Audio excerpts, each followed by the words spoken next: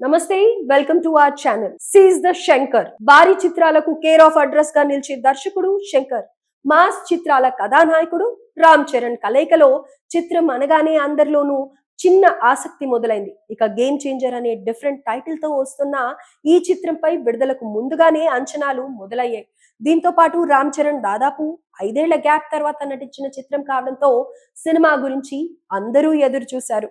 Shankar movies కు ఒక brand ఉంటుంది, ఒక థీమ్ ఉంటుంది. ఇక రామ్ చరణ్ ఆర్ఆర్ఆర్ తర్వాత గ్లోబల్ స్టార్ అనే ట్యాగ్ తో వస్తున్న మొదటి సినిమా కాబట్టి అంచనాలు గట్టిగానే ఉన్నాయి. అయితే మొదటి నుంచి పెట్టుకున్న ఆశలన్నీ గల్లంతయ్యాయి. పూర్తి ఫ్లాప్ సినిమా అనలేం గాని మొత్తానికి అనుకున్న స్థాయి కంటే తక్కువ అని చెప్పాలి. మొత్తంగా ఒక బ్లాస్ట్ అనుకున్నది యావరేజ్ గా నిలవటం అభిమానుల్ని బాధపెట్టే విషయమే. 500 కోట్లకు పైగా బడ్జెట్ ఈ మూవీని తెరకెక్కించారు. సినిమా అనుకున్న దానికంటే భారీ అంచనాలతో ఇవాళ థియేటర్ లో వచ్చింది. అయితే మొదటి షోతో యావరేజ్ అనిపించుకోవటంతోనే అభిమానుల్లో నిరాశ కనిపించింది. ఈ మూవీలో రామ్ చరణ్ పర్ఫార్మెన్స్ ఒక్కటే హైలైట్ అయింది. చరణ్ తన కెరియర్ బెస్ట్ పర్ఫార్మెన్స్ ఇచ్చాడు. కానీ తప్పంతా దర్శకుడిదే అంటున్నారు చరణ్ అభిమానులు. అసలు ఏమైంది శంకర్ కి? ఒకప్పుడు one of the star Indian directors అనిపించుకున్న శంకర్ ఇలా ఎందుకు పడిపోయాడు? నిజంగా శంకర్ లో క్రియేటివ్ స్టఫ్ అయిపోయిందా? మాట్లాడుకోవాలంటే శంకర్ కొన్నాళ్లు రెస్ట్ తీసుకొని మళ్ళీ సినిమాలు మొదలు పెడితే బాగుంటుంది అంటున్నారు రామ్ చరణ్ ఫ్యాన్స్.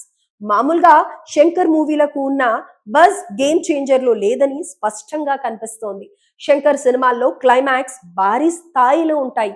ఇప్పుడు గేమ్ చేంజర్ క్లైమాక్స్ కూడా ఆ స్థాయిలోనే ఉంది. అయితే సెకండ్ హాఫ్ లో కనిపించిన క్లైమాక్స్ లో కూడా కంటిన్యూ అయింది. ఇది అన్నిటికన్నా ఎక్కువగా ప్రేక్షకుల్ని నిరాశపరిచింది. అలాగే శంకర్ సినిమాలో మ్యూజిక్ అంటే ఏఆర్ రెహమాన్ గుర్తొస్తాడు. శంకర్ సినిమాలో సాంగ్స్ క్లాసిక్స్ గా ఉంటాయి, అందరికి కనెక్ట్ అవుతాయి. కానీ అది ఇప్పుడు గేమ్ చేంజర్ లో కనిపించలేదు. కాస్తో కూస్తో మంచి టాక్ తెచ్చుకున్న ఒక పాట నానా హైరానా కనిపించనే లేదు. ఇది కూడా ప్రేక్షకుల్ని డిసప్పాయింట్ చేసింది. ఈ పాటని తర్వాత యాడ్ చేస్తామని చెప్పినా అది కూడా నెగటివ్ అయింది తప్ప ఫలితమే మారలేదు. అసలు అవసరం లేకున్నా 3 Idiots మూవీ రీమేక్ చేసి యావరేజ్ అనిపించుకున్నప్పటి నుంచే శంకర్ లో మ్యాజిక్ మిస్ అయింది అంటున్నారు. అసలు శంకర్ కి రీమేక్ చేయాల్సిన అవసరం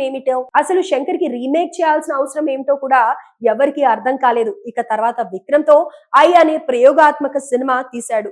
అది కూడా చూడటానికి గ్రాండ్ గా కనిపించిన ఫ్లాప్ అయింది. దాని తర్వాత రోబో 2 మరీ డిజాస్టర్ అనిపించుకోకపోయినా విపరీతంగా నిరాశపరిచింది.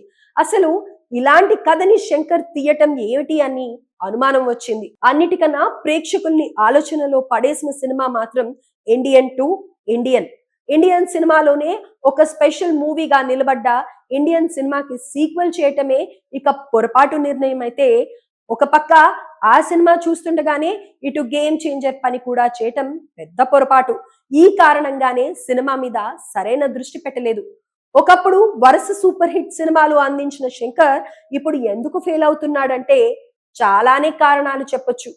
మొదట కథ. అతని గత సినిమాల కథల్లో ఒక సహజత్వం ఉండేది. జనాల్లోంచి కథల్ని తీసుకుని సమస్యల్ని చూపెట్టేవాడు. కానీ శివాజీ తర్వాత వచ్చిన సినిమాల్లో సమస్య చూపెట్టిన అతని గత సినిమాల్లో కథల్లో ఒక సహజత్వం ఉండేది. జనాల్లోంచి కథల్ని తీసుకుని సమస్యల్ని చూపెట్టేవాడు. కానీ శివాజీ తర్వాత వచ్చిన సినిమాల్లో సమస్యలు చూపెట్టినా అవి సినిమాటిక్ గానే ఉంటున్నాయి. నార్మల్ ఆడియన్స్ వాటికి కనెక్ట్ అవ్వట్లేదు. అతని గత సినిమాల్లో ఎమోషన్ చాలా పండేది. రోబో నుంచి సినిమాల్లో ఎమోషన్ ఉన్నా వర్కౌట్ అవ్వట్లేదు. కోలీవుడ్ లో కొన్నాళ్లుగా నడుస్తున్న టాక్ ఒకటి ఉంది. అదేమిటంటే శంకర్ సినిమాలకు రైటింగ్ లో ఒక స్టార్ రైటర్ సపోర్ట్ గా ఉండేవాడు. అయితే ఇతను 2008లో చనిపోయాడు. ఆ తర్వాత నుంచి శంకర్ సినిమాలు ఫ్లాప్ బాట పట్టాయి. ఆ రైటర్ లేకపోవడం వల్ల శంకర్ ఫెయిల్ అవుతున్నాడు అనే టాక్ ఇప్పుడు నిజమేనేమో అనిపిస్తోంది. శంకర్ ఒకప్పుడు ప్రతి సినిమాలో ఒకటే మెసేజ్ ని స్పష్టంగా ఒక సమస్య తీసుకొని దాని చుట్టూ కథ అల్లుకునేవాడు. చాలా వరకు అతని సినిమాల్లో లంచం, అవినీతి ఇలాంటివే ఉన్నా ఒక పాయింట్ చుట్టూ కథ తిరుగుతుంది. కానీ ఇప్పుడు మెసేజ్ మీద దృష్టి పెట్టడం పక్కన పెడితే బోల్డ్ అని సమస్యలు, వాటికి బోల్డ్ అని సమాధానాలు చూపిస్తూ జనాల్ని కన్ఫ్యూజ్ కూడా చేస్తున్నాడు. ఇక ఇండియన్ 2 అయితే అచ్చంగా ప్రేక్షకులకు క్లాస్ పీకినట్టే ఉంటుంది. అక్కడే అందరికీ అనుమానాలు వచ్చాయి. గేమ్ చేంజర్ కూడా ఇలాగే చేయడు కదా అని అనుకున్నారు. ఆ అంచనాలు ఏమాత్రం అర్థం చేయకుండా అదే పని చేశాడు శంకర్. ఒక సినిమా హిట్ అయితే అందులో ఉన్న తప్పులు ఎవరికీ కనపడవు. అదే ఒక సినిమా ఫ్లాప్ అయితే అందులో ఉన్న మంచి కూడా తప్పుగానే కనిపిస్తుంది. హిట్ అవ్వడానికి ఎన్ని కారణాలు ఉంటాయో ఒక సినిమా ఫ్లాప్ అవ్వడానికి కూడా అన్నే కారణాలు ఉంటాయి. ఇక మన సినీ పరిశ్రమలో హిట్ అయితే హీరోకి క్రెడిట్ ఇస్తారు.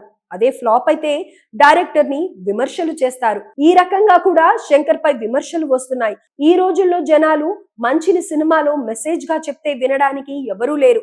ఆ మెసేజ్ ని ఎంటర్టైనింగ్ గా, ఎంగేజింగ్ గా చెప్పాలి. అప్పుడే మెసేజ్ ఓరియంటెడ్ సినిమాలు సక్సెస్ అవుతాయి. జీన్స్, బాయ్స్ తప్ప వరుసగా శంకర్ టచ్ చేసిన పాయింట్స్ చూస్తే అసలు కథలో మెయిన్ పాయింట్ అర్థమైపోయేలా అవినీతిపైనే పోరాటం చేస్తాడు అనే ముద్ర పడిపోయింది. అంటే హీరో అతనికో అన్యాయం, వ్యవస్థ మీద పోరాటం, చివరికి ఫోర్త్ వాల్ బ్రేక్ చేస్తూ ప్రేక్షకులకి ఒక మెసేజ్. ఇలా ఒక ఫార్మాట్ లో ఉండే సినిమా అన్ని ఎక్స్పెక్ట్ చేస్తూ ఉంటారు. ఇక మధ్యలో నడిచే కథ ఏమాత్రం తడబడ్డా ఫలితాల మీద దెబ్బ పడ్డట్టే. ఇప్పుడు జరిగింది కూడా అదే. రామ్ చరణ్ కష్టమంతా ఎందుకు పనికి రాకుండా పోయింది. ఈ సంక్రాంతికి అభిమానులకి నిరాశే మిగిలింది.